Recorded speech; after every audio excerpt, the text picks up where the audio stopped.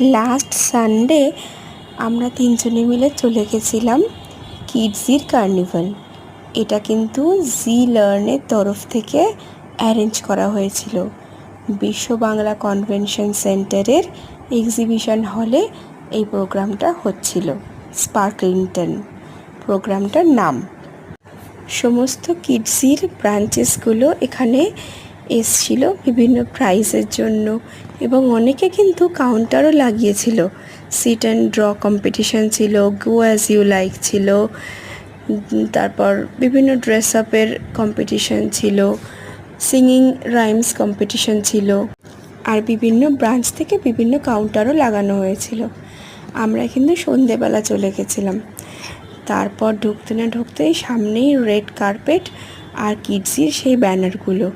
Red carpet দিয়ে হেঁটে চললাম এক্সিবিশন হলের দিকে।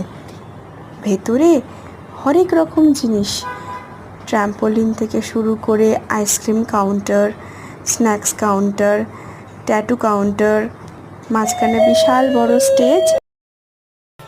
হলের এই মাথা থেকে ও মাথা, একটা ট্র্যাম্পোলিন থেকে অন্য ট্র্যাম্পোলিন, কোথা দিয়ে কী করবে কিছুই বুঝতে পারছে না।